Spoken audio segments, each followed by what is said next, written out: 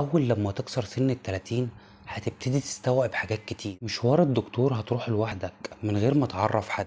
دايما هتكتفي بالمسكن، موبايلك دايما صامت، بتحبش الرغي في التليفون، بتكتفي برسالة على الواتس. فنجان القهوة أعظم اختراع في الكون. نايم صاحي بتفكر في الناس اللي وراك، التزاماتك ومسؤوليات. تبعد عن اللي بيأذيك من غير ما تتكلم وبدون عتاب. بتحاول تزود في أعمال الخير عشان اللي جاي مش زي اللي راح. بتحاول تعوض اللي فات من حياتك بس على الفاضي. مش بتنام كتير، بتودع ناس كتير قوي عشت في وسطهم، ما كنتش بتصاحب اي حد. تحاول تفوق كل فترة من حاجات غلط كنت بتعمل. شايف عيالك بتعيد تاريخك قدام، تحلم تأمنهم. بتحاول تسيب بصمة في حياتك عشان انت على وشك الرحيل. شايف كل حاجة بتحصل لك مكتوبة ليك، ومقتنع جدا بكل قرارات ربنا. بتحاول تبر الباقي من أهل، بتحترم العزلة والهدوء. أي حاجة بترد فيها بمعلش وتريح دماغك. قراراتك بتاعك انت بس، ورأيك من دماغك. تاني فنجان قهوة أعظم اختراع في الكون. تاكل أي حاجة وما عندكش أكلة مفضلة، تلبس اللي على مزاجك